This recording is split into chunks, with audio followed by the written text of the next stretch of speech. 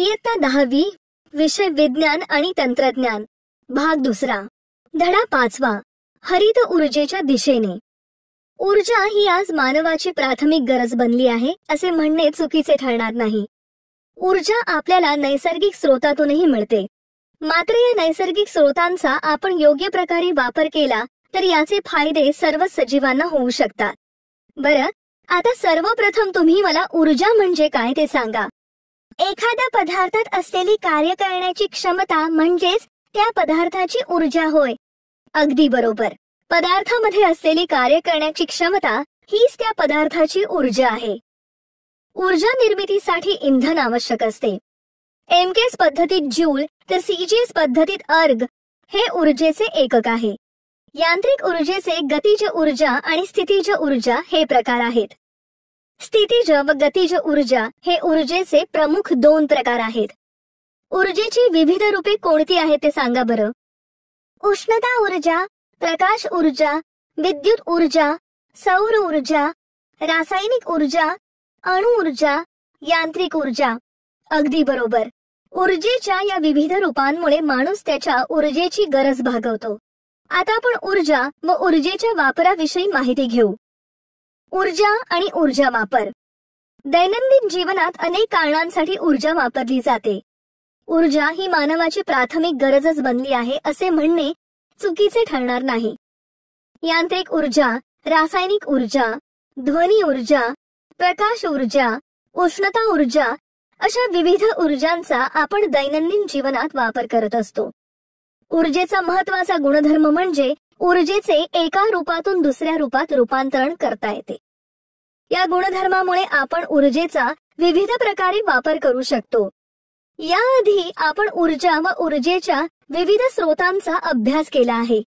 आता आपण या पाठात विद्युत निर्मितीसाठी कोणत्या ऊर्जा स्रोतांचा वापर केला जातो, तसेच कोणत्या पद्धती वापरल्या जातात, त्यांचे फायदे तोटे काय आहेत व हरित ऊर्जा म्हणजे काय याविषयी अधिक विस्ताराने माहिती घेणार आहोत.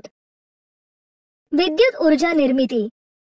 मुलांना सांगा, आपण विद्युत ऊर्जा कुठे कुठे वापरतो. आपण विद्युत ऊर्जा पंखे, दिवे, कूलर, इस्त्री, पाणी उपसायचा पंप, मोबाईल चार्जिंग करण्यासाठी, संगणक चालवण्यासाठी वापरतो. अगदी बरोबर. विद्युत ऊर्जेची निर्मिती कशी होते. विद्युत ऊर्जा ही विद्युत जनित्रात निर्माण केली जाते. विद्युत चुंबकीय प्रवर्तन या तत्वाचा उपयोग करून विद्युत वाहक तारेच्या सभोवताली असलेले चुंबकीय क्षेत्र बदलून विद्युत वाहक तारेमध्ये विभवांतर निर्माण केले जाते आणि विद्युत ऊर्जेची निर्मिती होते. अगदी बरोबर. विद्युत चुंबकीय प्रवर्तन तत्व मायकल फॅरेडे या शास्त्रज्ञाने शोधून काढले आहे. विद्युत वाहक तारेच्या भोवतालचे चुंबकीय क्षेत्र हे 2 प्रकारे बदलू शकते. विद्युत वाहक तार स्थिर असेल व चुंबक फिरता असेल तर तारेच्या सभोवतालचे चुंबकीय क्षेत्र बदलते, किंवा चुंबक स्थिर असेल व विद्युत वाहक तार फिरती असेल तरीही विद्युत वाहक तारेच्या सभोवतालचे चुंबकीय क्षेत्र बदलते. आता ही आकृती पहा. या आकृतीत दाखवल्याप्रमाणे दोन्ही प्रकारात विद्युत वाहक तारेत विभवांतर निर्माण होते. या तत्वावर आधारित विद्युत निर्मिती करणाऱ्या यंत्राला विद्युत जनित्र असे म्हणतात. यांत्रिक ऊर्जेचे रूपांतर विद्युत ऊर्जेत करणाऱ्या साधनाला विद्युत जनित्र म्हणतात. विद्युत जनित्रात नरम लोखंडावर गुंडाळलेल्या तांब्याच्या तारेचे वेटोळे प्रबल चुंबकाच्या 2 ध्रुवांमध्ये फिरते ठेवण्यासाठी योजना असते. वेटोळे फिरताना त्याच्या तारेत विद्युत मंडळ पूर्ण होऊन प्रवर्तित धारा उत्पन्न होते. अशा प्रकारची मोठमोठी जनित्रे विद्युत निर्मिती केंद्रात वापरून विद्युत निर्माण केली जाते. या आकृतीत दाखवल्याप्रमाणे जनित्रातील चुंबकाला फिरवण्यासाठी टर्बाईन म्हणजेच झोत यंत्राचा वापर केला जातो. पाण्यापासून वीज निर्मिती करण्यासाठी प्रथम धरण बांधून पाण्याचा साठा केला जातो. या साठलेल्या पाण्यात स्थितीज ऊर्जा असते. धरणातील पाणी जास्त उंचीवरून कमी उंचीवर येताना स्थितीज ऊर्जेचे गतिज ऊर्जेत रूपांतर होते. याच गतिज ऊर्जेचा वापर टर्बाईन्स फिरवण्यासाठी केला जातो. टर्बाईन्स जनित्राला जोडलेली असतात.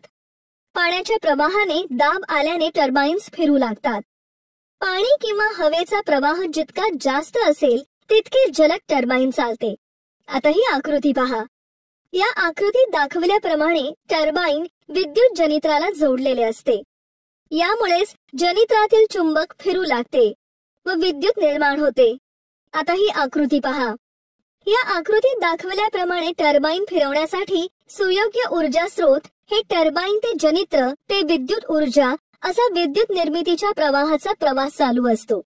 यावरून आपल्या लक्षात येते की विद्युत चुंबकीय प्रवर्तन या तत्वावर विद्युत निर्मिती करण्यासाठी जनित्र आवश्यक आहे व हे जनित्र फिरवण्यासाठी टर्बाइनची गरज आहे. पण टर्बाइन फिरवण्यासाठी एका ऊर्जा स्रोताची गरज असते. टर्बाइन फिरवण्यासाठी विविध प्रकारच्या ऊर्जा स्रोतांचा वापर केला जातो. वेगवेगळ्या प्रकारानुसार वापरण्यात येणाऱ्या टर्बाइनचा आराखडाही वेगवेगळा असतो. अशा प्रकारे जनित्राच्या सहाय्याने विद्युत निर्मिती केली जाते. औष्णिक ऊर्जेवर आधारित विद्युत ऊर्जा निर्मिती केंद्र. औष्णिक ऊर्जा निर्मिती करण्यासाठी वाफेवर चालणारे टर्बाइन वापरले जाते. यात मुख्यत्वे उष्णतेचा वापर करून पाण्याची उच्च दाबावर वाफ बनवली जाते. या उच्च दाबाच्या वाफेचा उपयोग जनित्र फिरवायला होतो. आता ही बाजूची आकृती पहा. या आकृतीत दाखवल्याप्रमाणे ऊर्जेचा प्रवाह चालत असतो. या प्रक्रियेमध्ये कोळशाचे ज्वलन करून उष्णता निर्माण केली जाते व त्या उष्णतेचा वापर करून बॉयलर मधले पाणी तापवले जाते. त्यानंतर या पाण्याचे रूपांतर उच्च तापमानाच्या आणि उच्च दाबाच्या वाफेत केले जाते. या वाफेमुळेच टर्बाइन फिरते व त्यामुळे टर्बाइनला जोडलेले जनित्र फिरून विद्युत निर्मिती होते. या वाफेचे रूपांतर पुन्हा पाण्यात करून ते बॉयलरकडे पाठवले जाते. अशा प्रकारे विद्युत निर्मिती करण्यासाठी उष्णता ऊर्जेचा वापर होतो. म्हणून अशा विद्युत निर्मिती केंद्राला औष्णिक विद्युत केंद्र असे म्हणतात. आता ही बाजूची आकृती पहा. या आकृतीत दाखवल्याप्रमाणे कोळशातील रासायनिक ऊर्जेचे औष्णिक ऊर्जेत रूपांतर होते. त्यानंतर वाफेतील गतिज ऊर्जेचे रूपांतर टर्बाइन मधील गतिज ऊर्जेत होते आणि त्याचे रूपांतर शेवटी विद्युत ऊर्जेत होते. अशा प्रकारे औष्णिक विद्युत निर्मिती केंद्रातील ऊर्जेचे रूपांतरण होते. बरं, आता मला सांगा की कोळशातील ऊर्जेला रासायनिक ऊर्जा का म्हणतात? कोळशाच्या अणुरेणूमध्ये रासायनिक बंध तयार झालेले असतात. या बंधामध्ये रासायनिक ऊर्जा साठवलेली असते. कोळसा जळल्यानंतर ही ऊर्जा मुक्त होत असते. म्हणून कोळशातील ऊर्जेला रासायनिक ऊर्जा म्हणतात. अगदी बरोबर. अशी ऊर्जा मुक्त झाल्यानंतर औष्णिक ऊर्जेच्या स्वरूपात ही रासायनिक ऊर्जा रूपांतरित होते. बरं सांगा, टर्बाइन फिरवण्यासाठी वाफच का वापरतात? पाणी तापत जाते तशी त्याची उष्ण वाफ तयार होते. या वेगाने बाहेर पडणाऱ्या वाफेच्या मदतीने जनित्रातील टर्बाइन फिरवले जातात. औष्णिक विद्युत केंद्राची रचना. तुम्ही जर एखाद्या औष्णिक विद्युत केंद्राला भेट दिली तर औष्णिक विद्युत केंद्राची रचना तुमच्या लक्षात येईल. औष्णिक वीज निर्मितीचे मुख्य तत्व उष्मागतिकी शास्त्रातील रँकाइन चक्र हे आहे. या चक्रानुसार वाफ उच्च दाबावरून कमी दाबावर आणल्यास वाफेतील ऊर्जेचे उपयुक्त कार्यात रूपांतर होते. आता ही बाजूची आकृती पहा. या आकृतीत दाखवल्याप्रमाणे यामध्ये दोन प्रकारचे मनोरे असतात. तसेच या केंद्रामध्ये बॉयलर, टर्बाइन, जनित्र व संघनन यंत्र बसवलेले असते. या केंद्रातील बॉयलरमध्ये कोळसा जाळला जातो व त्यापासून निघणारा वायू उंच धुराड्याच्या मार्फत हवेत सोडला जातो. अति गरम व उच्च दाबाच्या वाफेमुळे टर्बाइन फिरायला लागते. त्यामुळे वाफेचे तापमान व दाब कमी होतो. याच वाफेला परत थंड करून पुन्हा पाण्यात रूपांतरित केले जाते. वाफेतील उष्णता काढून घेण्याचे काम संघनन यंत्र करते व हे काम कूलिंग टॉवर मधील पाण्याद्वारे केले जाते. कूलिंग टॉवर मधील पाणी संघनन यंत्रातून फिरवले जाते. त्यामुळे वाफेतील उष्णता कूलिंग टॉवर मधील पाण्याला मिळते. त्यामुळे वाफ थंड होऊन तिचे पुन्हा रूपांतर पाण्यात होते. ही उष्णता बाष्प व गरम हवेमार्फत कूलिंग टॉवर मधून बाहेर टाकली जाते. विद्युत निर्मिती करण्यासाठी मोठ्या प्रमाणावर औष्णिक विद्युत निर्मिती पद्धतीचा वापर केला जात असला तरीही अशा प्रकारच्या विद्युत निर्मितीमुळे काही समस्या निर्माण होतात. त्या समस्या पुढील प्रमाणे आहेत. औष्णिक विद्युत केंद्रामध्ये मोठ्या प्रमाणात विद्युत निर्मितीसाठी कोळसा जाळला जातो. या कोळशाच्या ज्वलनाने carbon dioxide, sulphur dioxide, nitrogen oxide असे आरोग्यास घातक वायू हवेत सोडले जातात. कोळशाच्या ज्वलनात बाहेर पडणाऱ्या वायूंमधून इंधनाचे बारीक बारीक कणही हवेत सोडले जातात. त्यामुळे हवा प्रदूषित होते. या प्रदूषित हवेमुळे श्वसन संस्थेचे विकार उद्भवू शकतात. शिवाय हवेतील इतर सजीवांवरही त्याचा विपरीत परिणाम होतो. कोळसा हा भूगर्भात सापडतो, मात्र याचे साठे हे मर्यादित आहेत. त्यांचा वापर जपून करणे आवश्यक आहे. भविष्यामध्ये हे साठे कमी होणार आहेत. त्यामुळे कोळशाची कमतरता भासणार आहे. याकरिता आपल्याला नैसर्गिक ऊर्जेचा कसा वापर करता येईल हे पाहणे अत्यंत आवश्यक आहे. मुलांनो, हा तक्ता पहा.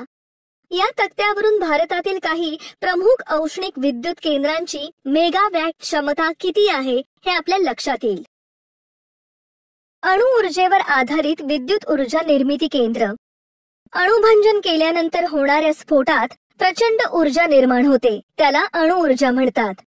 अणु ऊर्जेवर आधारित विद्युत निर्मितीमध्ये जनित्र फिरवण्यासाठी वाफेवर चालणारे टर्बाईनच वापरले जाते.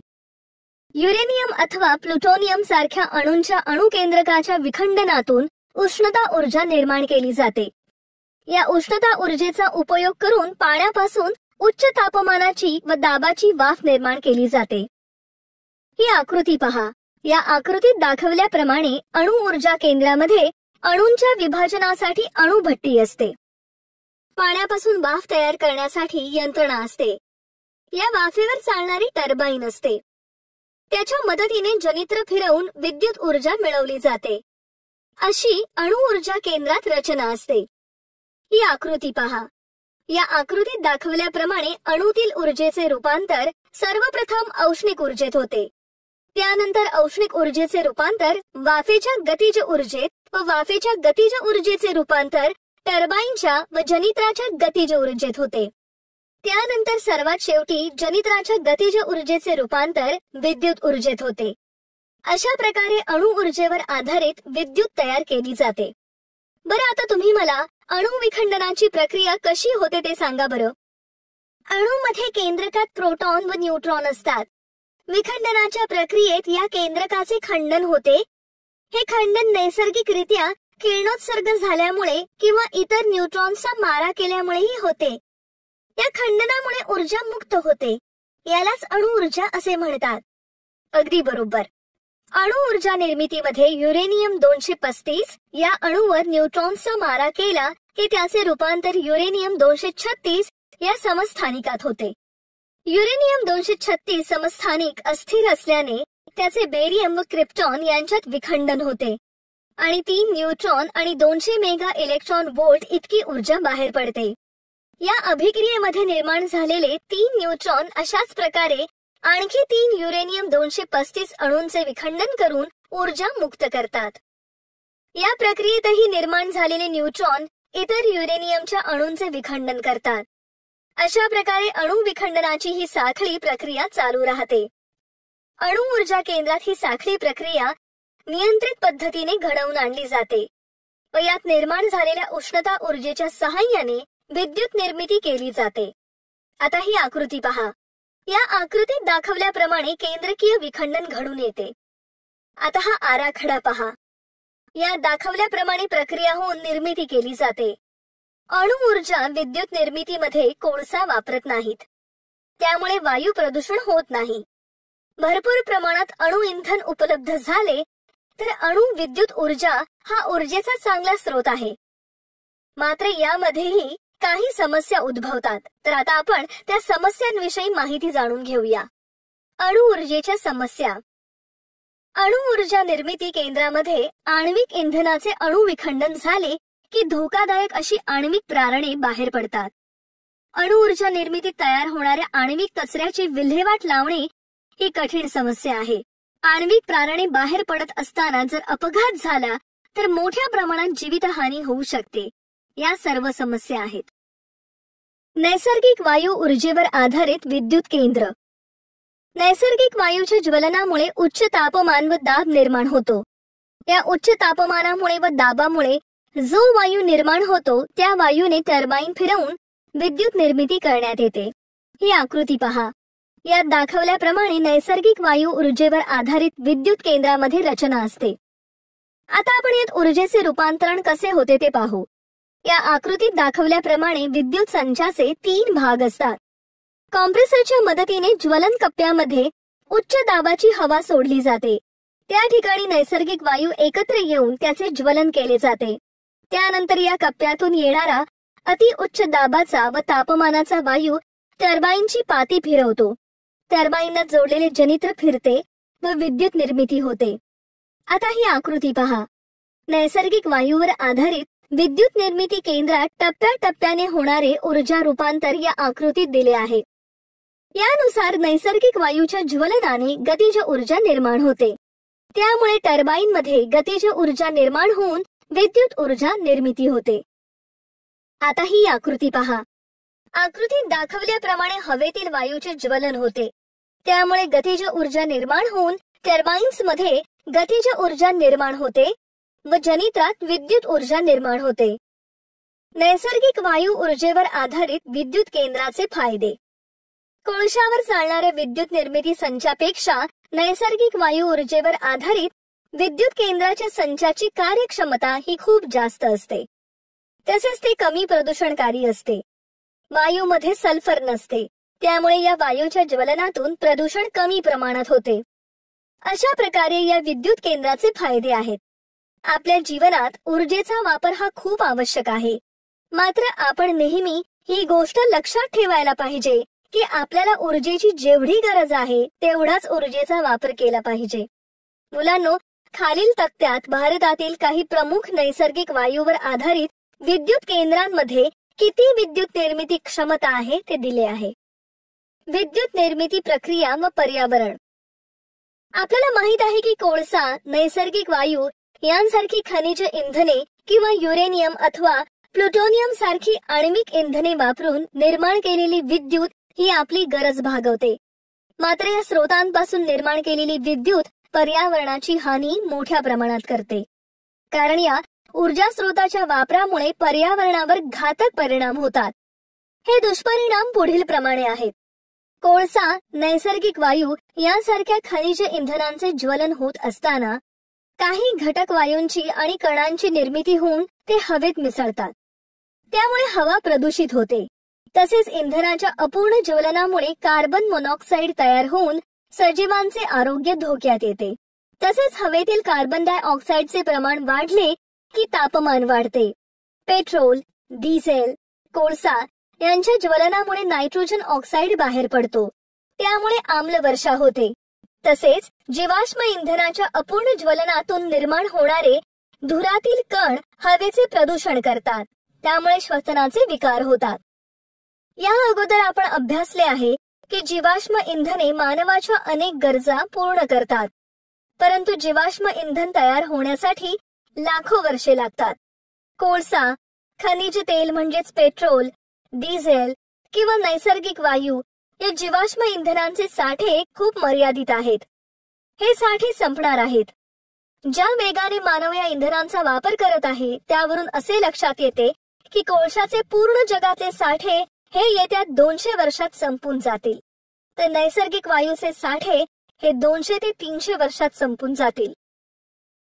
अणु ऊर्जेच्या निर्मितीमुळे आण्विक कचऱ्याची विल्हेवाट लावणे कठीण असते. शिवाय अणु ऊर्जेपासून अपघाताची शक्यता जास्त असते. या सर्व गोष्टींवरून आपल्या लक्षात येते की खनिज इंधनांपासून निर्माण केलेली विद्युत ही पर्यावरणाला खूप घातक आहे. पर्यावरण स्नेही ऊर्जेकडे अर्थातच हरित ऊर्जेच्या दिशेने. पर्यावरणाला पूरक अशा मार्गाने विद्युत निर्मिती केली तर पर्यावरणाची हानी होणार नाही. यासाठी आपण पुढील पर्यावरण स्नेही ऊर्जेचा वापर करू शकतो. जलसाठ्यापासून विद्युत निर्मिती, पवन ऊर्जेपासून विद्युत निर्मिती, सौर ऊर्जेपासून विद्युत निर्मिती, जैविक इंधनांपासून विद्युत निर्मिती या पद्धतीने ऊर्जा वापरणे खूप सोयीस्कर व पर्यावरणाला उपयुक्त असे आहे. कारण या ऊर्जेचे स्रोत म्हणजेच जलसाठा, वेगाने वाहणारा वारा, सूर्यप्रकाश, जैविक इंधने हे आहेत. हे ऊर्जा स्रोत शाश्वत व कधीही न संपणारे आहेत. त्यामुळे पर्यावरणाच्या समस्या निर्माणच होणार नाहीत. म्हणून या प्रकारच्या ऊर्जा निर्मितीला पर्यावरण स्नेही ऊर्जा असे म्हणतात. यालाच हरित ऊर्जा असेही म्हणतात. नैसर्गिक वायू, खनिज तेल, कोळसा, अणु इंधन यांच्यापासून निर्माण करण्यात येणाऱ्या ऊर्जेमुळे अनेक धोके निर्माण होतात. पर्यावरण स्नेही म्हणजे हरित ऊर्जा हा एक उत्तम पर्याय समोर आला आहे. तर आता आपण या ऊर्जेविषयी माहिती घेऊया. जलविद्युत ऊर्जा. जलविद्युत हा ऊर्जेचा एक पारंपरिक स्रोत आहे. जलविद्युत निर्मिती केंद्रामध्ये धरणात साठवलेल्या पाण्यातील स्थितीज ऊर्जेचे रूपांतर गतीज ऊर्जेत केले जाते. आता ही आकृती पहा. या आकृतीत दाखवल्याप्रमाणे पाण्याच्या साठ्यात असलेल्या स्थितीज ऊर्जेला गतीज ऊर्जेत रूपांतरित केले जाते. गतिमान पाणी पाईपामार्फत धरणाच्या पायथ्याशी असणाऱ्या टर्बाईन पर्यंत आणून गतीज ऊर्जेद्वारे टर्बाईनचे पाते फिरवले जाते. टर्बाईनला जोडलेल्या जनित्राला फिरवून विद्युत तयार केली जाते. आता ही आकृती पहा. या आकृतीत दाखवल्याप्रमाणे जलविद्युत केंद्रामध्ये ऊर्जा रूपांतरित केली जाते.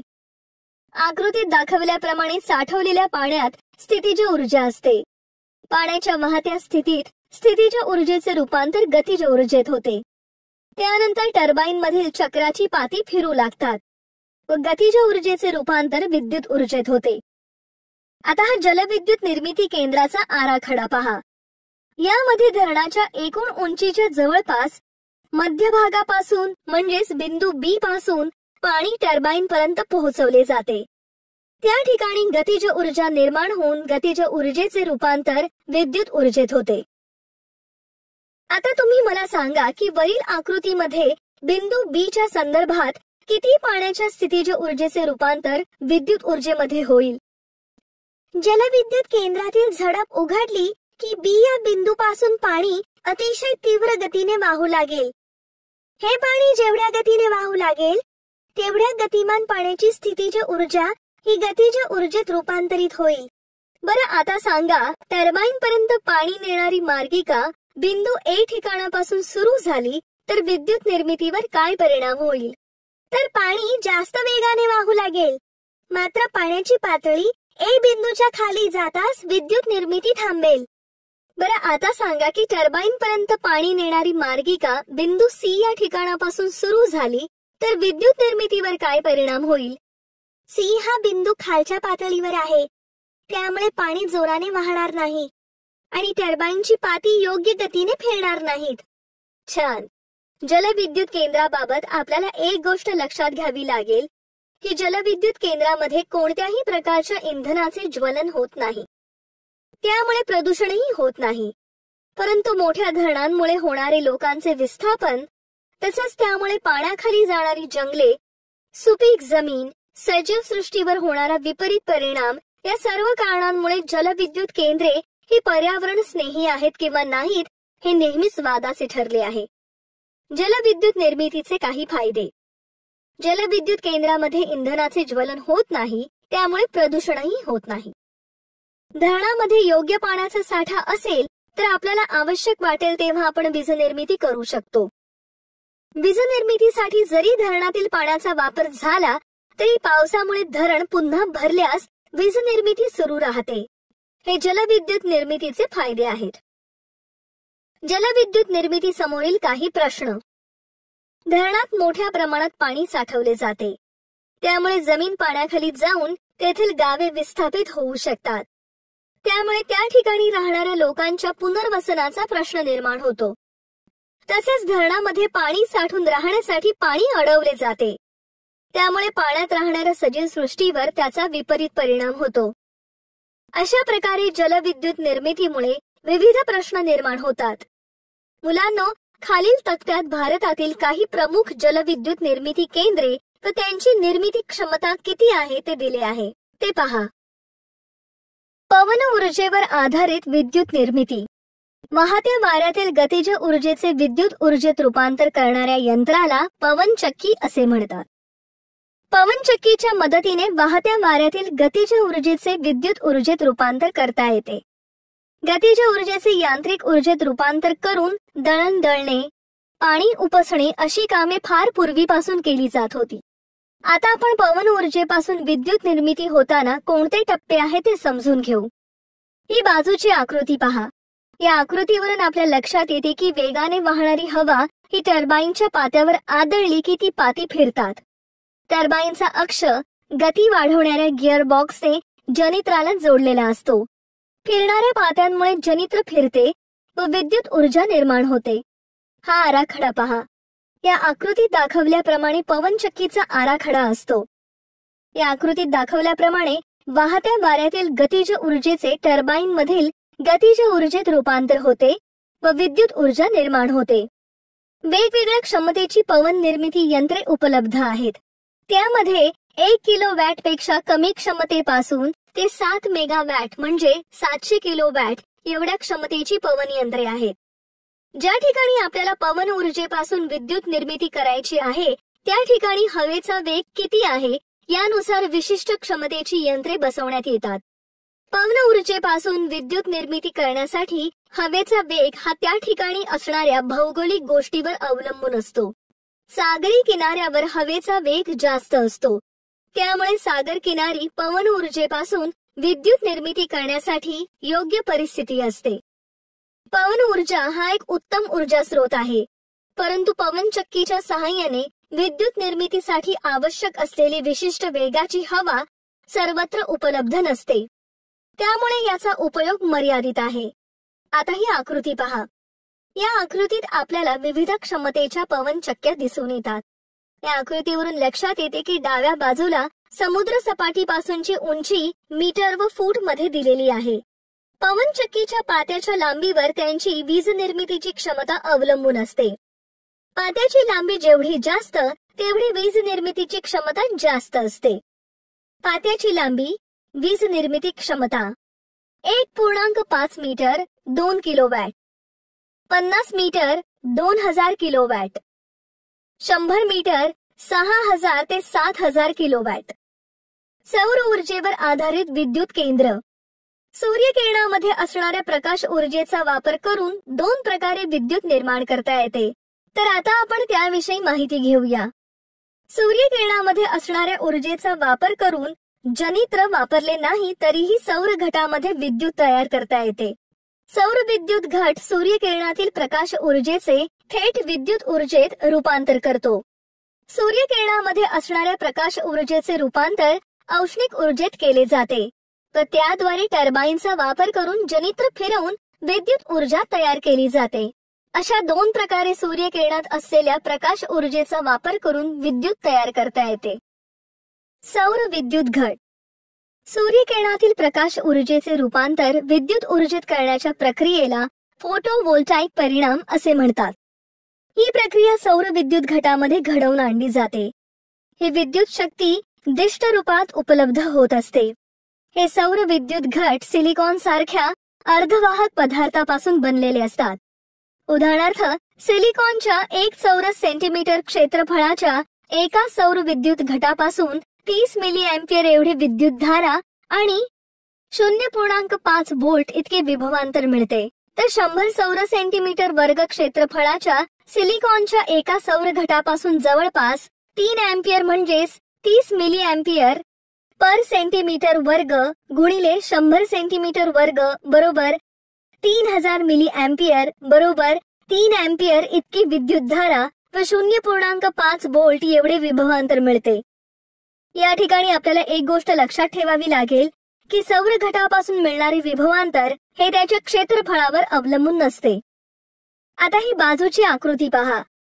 या आकृतीत दाखवल्याप्रमाणे 2 सौर घट हे एकसर पद्धतीने जोडले की त्यापासून मिळणारे विभवांतर हे दोन्ही घटाच्या विभवांतराची बेरीज असते.